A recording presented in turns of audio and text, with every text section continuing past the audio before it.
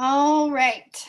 Hello, everybody. I am Melissa Chellikel. I am here with the CultureWorks team, and I am excited to share with you today some best practices in today's environment.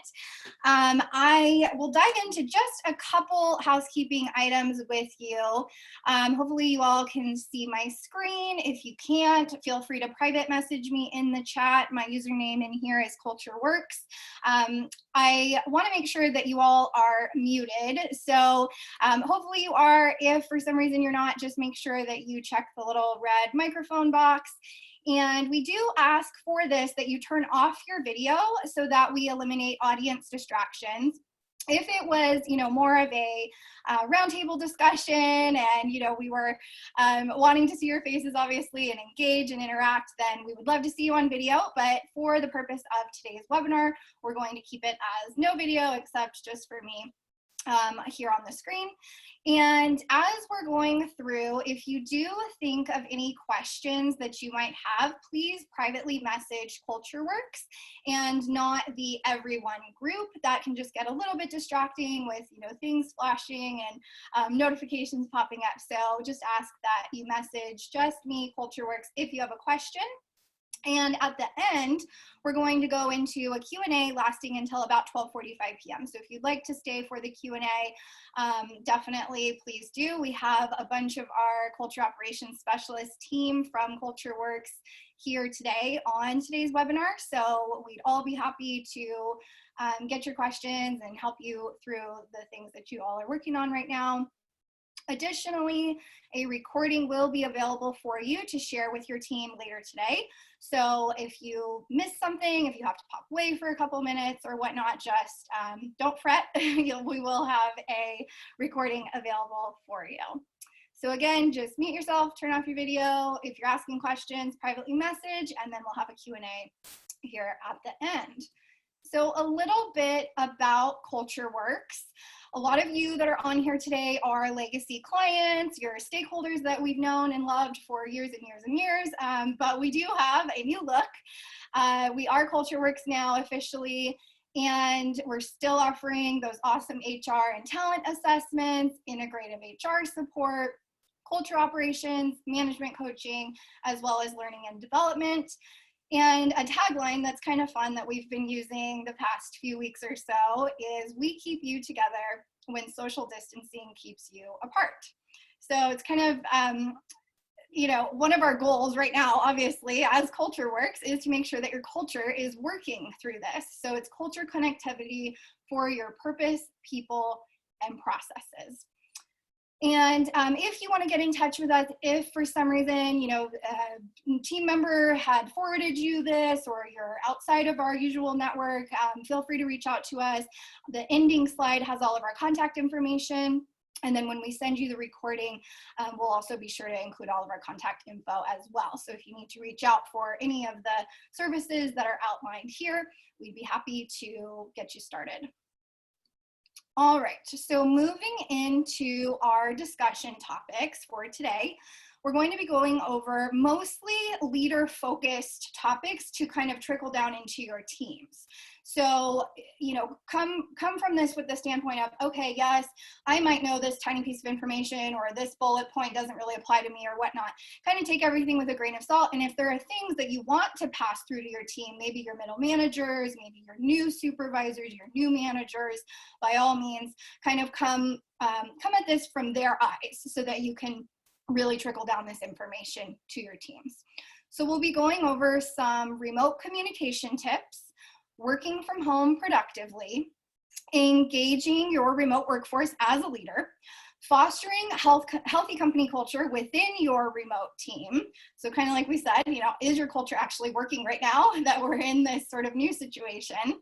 We'll have some self-reflection questions, like homework type questions for you to reflect on at the end, some resource links, and then, like I mentioned, the Q&A. All right, so diving into our first slide here, remote communication tips. So I know that you guys have all probably heard these terms lately, like, brave new world and new normal and unprecedented time and blah, blah, blah, right? But at the end of the day, communication is always important. Communication is always super important as you are working through anything within your company, within your teams, with your people. So I've outlined a couple bullet points here, a few bullet points. Set expectations, give emails context, and then be aware of tone. So we'll start with setting expectations. So first off, we can really get bombarded with emails right now, whether it's from our clients, it's from our customers, it's from our teams, whether it's, everything you've ever subscribed to ever, like banks and systems and softwares and things you've subscribed to that all want to send you information about COVID right now, right? We're all kind of a little bit bogged down with that. So what we've done as a team here at CultureWorks is really set expectations with our team as to what should be an instant message, what could be an email, what could be a phone call, and really setting the expectation of what should really go where. When in doubt, I always say pick up the phone. Especially right now, people are craving that connection. They're craving that personal touch. And if there's any question, especially if it's like client or customer facing, I always say just pick up the phone, right? That usually can clear the air really quickly, save you time, save you energy. If that's not an option, pretty much our go-to is email. But as you're emailing, give the emails context. So I'm sure we all know somebody that tends to write like a whole novel every time they want to send an email out. And, that has a time and a place, right, to give lots of context and give a ton of information. But what we find is short bulleted info items really work well, especially during this time that we might all be getting sort of bogged down. So, who, what, when, where, how, why, whatever the information is needed for the receiver to kind of get the point and run with it. That's what we're trying to foster just within our own culture right now, within our own team. Additionally, being aware of tone. So, we're not in the office with each other. A lot of you, I know, just looking at the names of our participants here, are also running their teams now remotely, or they've shifted to that telecommuting, work from home type environment. And what we're not getting, unless we're on video, is body language, tone of voice, general attitude towards things. If you're reading an email and maybe it's coming off as seeming a little bit intense, or somebody's using caps lock, or usually they use emojis and exclamation points and now they're not, it's really easy to like make assumptions and read into things. So what we need to do is sort of understand that written communication is tough for people right now. So we don't have the verbal, we don't have the nonverbal. A lot of people can tend to get triggered by things and respond reactively if they're in an emotionally heightened state. Say you have a middle manager that, has their workload that's gone up this much in this time period, and they might be stressed, right? So knowing that when that person is sending an email, to not get triggered by it, to kind of slow down, to simmer, to teach your teams how to do this, teach your teams how to take things with a grain of salt, be kinder than necessary, wait to respond if they're in an emotionally heightened state. Last thing you want to do, especially if it's client or customer, external facing, is for that type of negative maybe communication to trickle out to your customers or your clients. So really teaching your teams how to navigate through writing emails right now. We don't have that verbal, nonverbal communication. Additionally, using humor. So if any of you know our Chief Innovation Officer here at CultureWorks, Jim McGowan, he is so good at this. He gets our team laughing on our video calls every single day. And it really is like the relief valve that we all need right now. So, maybe just throwing in a joke, making light of something when it's appropriate, when it's necessary, and really not being just so serious about everything. Christy, our CEO, and I were talking the other day about, not calling this a crisis, like just kind of making sure that your teams feel like, okay, it's business as usual. We've got this handled. We're going to navigate through this. So we have a bunch more tips on that note coming up. But moving on here to our next slide on working from home productively. So again, a lot of you that I'm looking at the participant list are maybe not used to working from home. And so for you, this is a brave new world, but also for your teams, also for all of your employees. So creating a workspace that fits your needs. I know for our own team, it took an adjustment period. It was maybe 1, 2, 3 weeks for some, where it took, okay, should I buy a desk? Do I need to move my router if my Wi-Fi connection is poor? Are my children being loud in this area of the home? So I need to go over here. Really just creating that workspace that's going to work for you, wherever that may be. Keeping a morning routine, getting ready for the day. So it's really easy to stay in PJs all day. It's really easy to, not emerge from the cave, so to speak, right? But what I've found is it really does help you get into the mood for work, get into the mood for serving your clients and your people and your teams. When you feel like, okay, I have a routine, I know what I'm going to be doing every single morning, and there's a structure to it. So along those same lines, setting a schedule. So, okay, I'm going to start my work day at this time. I'm going to end my day at work, quote unquote work, right? At this time, even though you're still in your home, what are those boundaries? What does that schedule look like so that it doesn't just turn into work 24/7 and you're on call 24/7 and you're logging into your computer at 3 in the morning or whatnot, right? So setting those boundaries with yourself and with your teams too. Taking breaks. So, whether it's your Apple Watch or your Fitbit that's telling you to stand up every hour, or whether it's, needing to take the dog for a walk outside, or obviously needing to give your kids a snack and feed them lunch and things like that, make sure that you're taking breaks. Turning off notifications. So if you're not on phone calls, keep your phone in the other room. If you have a bunch of apps that constantly ping and ding you throughout the day, turn off the notifications. It's really easy to do that on an iPhone. You just go into each app and you say, turn off notifications. And then only when you want to go into Facebook, Instagram, Twitter, all these things that bombard us all day, then you have the power to go in and say, oh, I have all these notifications, instead of being bothered all day, every day. And that can really help your team be more productive, I think, too. Creating ambiance, so whatever that might look like for you, if it's candles or incense or music or opening the window or opening all the blinds and having a sunny day come in, that tends to help people as well. Keeping loneliness at bay. So are you reaching out to friends and family, even though you might not be able to see them in person? Are you doing virtual happy hours, virtual game nights? Are you just picking up the phone and calling someone, FaceTiming? That tends to help us all kind of keep our mental health healthy right now. Trying the Pomodoro technique. So this is a version of time blocking. So if you're finding, and your teams are finding, that it's hard to stay productive through this, it's hard to stay motivated through this, then really just setting a timer and working through those time spurts, whether it's 25 minutes, which is the Pomodoro technique, and then giving yourself a 5-minute rest, or whether it's blocking on your calendar, maybe it's your GCal or your Outlook calendar, 1 hour, okay, I'm going to set my timer, I'm going to do this for an hour, and I'm going to get it done.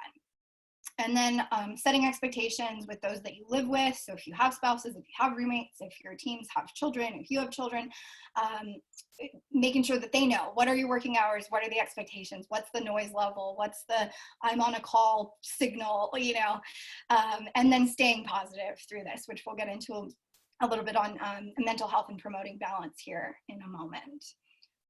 All right, so moving on to promoting balance. So employees are definitely focused on a lot of other things right now than work. And this work-life balance, work-life integration has really turned into, okay, I'm working in my home and I'm living in my home, and all these other people or dogs or creatures might be living in my home too. So now what do I do? So it's really having empathy for your people right now, and listening, giving them a chance to vent, giving them a chance to voice what's going on for them. Our leaders at CultureWorks are definitely advocates of promoting healthy mental health, mentally healthy people, mentally healthy work environments, mentally healthy cultures. And I think that really has had a significant impact on employee loyalty, on turnover. When people really feel like they're cared for, it makes them want to stay. And so it's really easy to just come at this, from a non-emotional place and not have empathy, but we don't want to do that at all as leaders. We want to make sure that our people feel like we actually care. Creating fun prompts for them, practicing self-care, sharing, hey, what on your team calls, your team meetings, your team Zooms, what was one thing you practiced this week that involves self-care or with exercise or healthy eating or nutrition? Are you promoting that balanced type environment? Do they feel like you actually care? And then another one is communicating confidently and consistently. So I mentioned, Christy and I had that conversation about, okay, we're not calling this a crisis. We're making sure that, yes, there are still expectations about work deadlines. But we're also creating that environment where on our own team, every single week, we get on our call, we share our wins, we talk about what issues we're working through. And then we encourage everybody, including myself, to ask questions. If something needs to be cleared up or you're not sure about a new policy, or maybe something has changed throughout the COVID-19 timeframe, just making feedback really accessible for your teams. So making sure that you communicate confidently and consistently. Additionally, you have the opportunity right now to really become a change agent. So there's a lot that's new in all of our lives, in all of our work lives too. And it typically takes about 30 days for humans to adopt new habits, new tools, new practices, new lifestyle changes, things like that. And for most of us, we're over that 30-day mark. So hopefully what you're seeing is that people are starting to kind of adapt to change. But what I want to ask you as a leader is, are you being a true champion of change? Or are you kind of that person that's like digging their heels in and, maybe you're not super open to new ideas and new innovative ways of thinking? I've also found that scenario planning can really help when you're addressing key issues that come up. So, okay, maybe you've furloughed or temporarily laid off, 100 people. I'm just throwing out an example. And are you forward thinking? Are you scenario planning to, okay, what does the return to work process look like? I think it's really easy to get into this reactive state of, okay, well, okay, well, that's over. We laid off all those people, but are you actually thinking about, okay, what are the implications? How is this going to trickle out? What is this going to look like in a month? And really being that champion of change, right? Being open to what's to come, what could happen, and really planning out those scenarios to help you address the issues. All right, so moving on to adopting a growth mindset. So along these same lines, as a leader, not coming from that reactive state and not just having managed through this crisis, but really being stronger because of it. So specifically with CultureWorks, we're taking this as sort of a time of, it's a blessing. Okay, it's a blessing. It's a time for us to really get all of our systems and our processes and our structures and automations all streamlined and buttoned up. So how can you come at this from, okay, this could be maybe a good thing. Maybe there's a silver lining somewhere in here that could help my business, could help my company, could help my department, could help my team. Maybe you've thought of a new and innovative idea or a new product or a new service through this. There are opportunities that are coming from this. So adopting that growth mindset and not just coming from, scarcity mindset or fear mindset. So on those same notes, we talked about communicating confidently and consistently.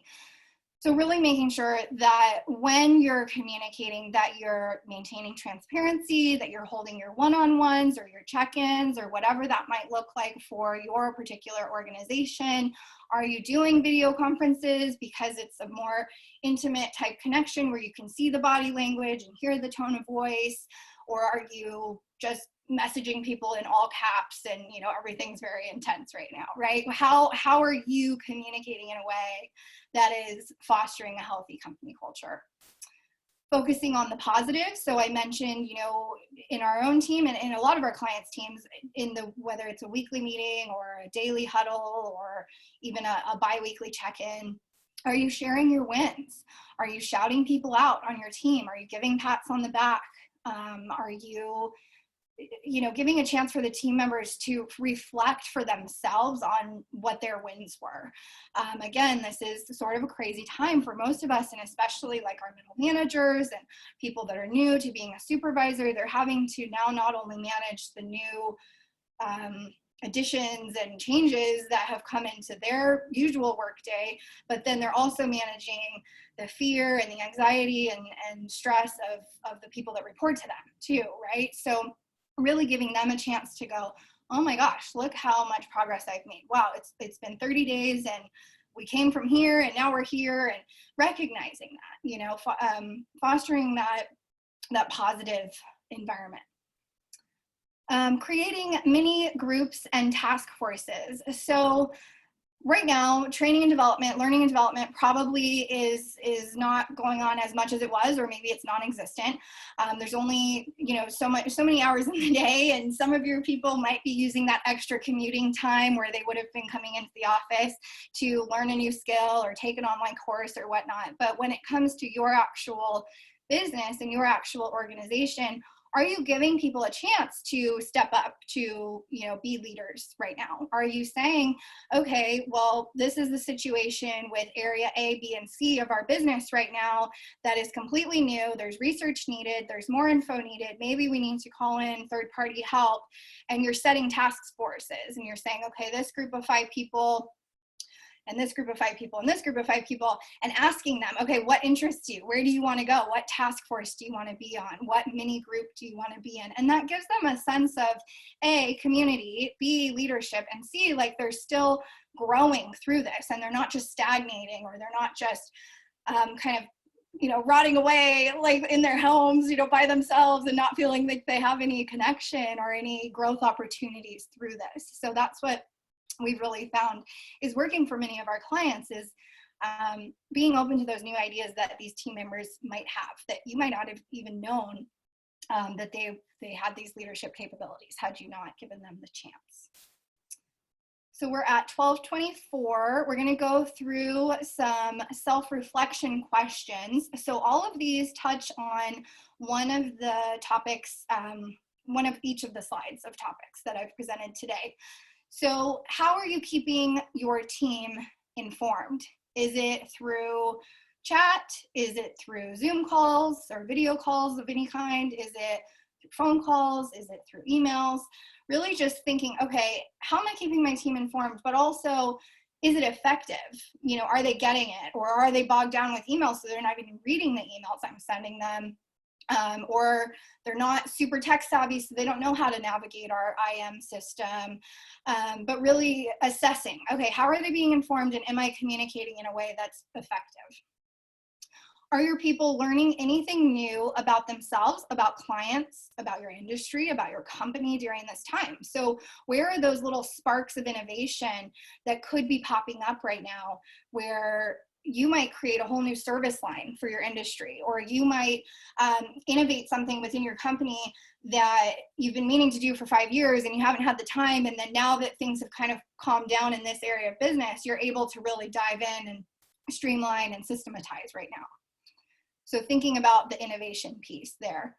How are your people adjusting to their new routine and finding normalcy? Do they have any newly formed habits? So giving them the chance to say, you know, hey, this is what I'm doing for self-care or physical health, mental health, emotional health.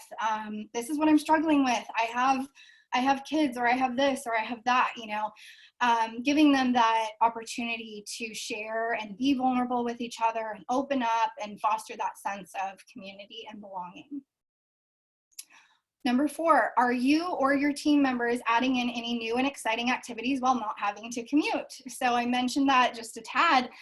You know, say they had an hour-long commute there and back every day. What are they doing with those 2 hours? Are they taking a new online course? Are they listening to podcasts? Are they reading books?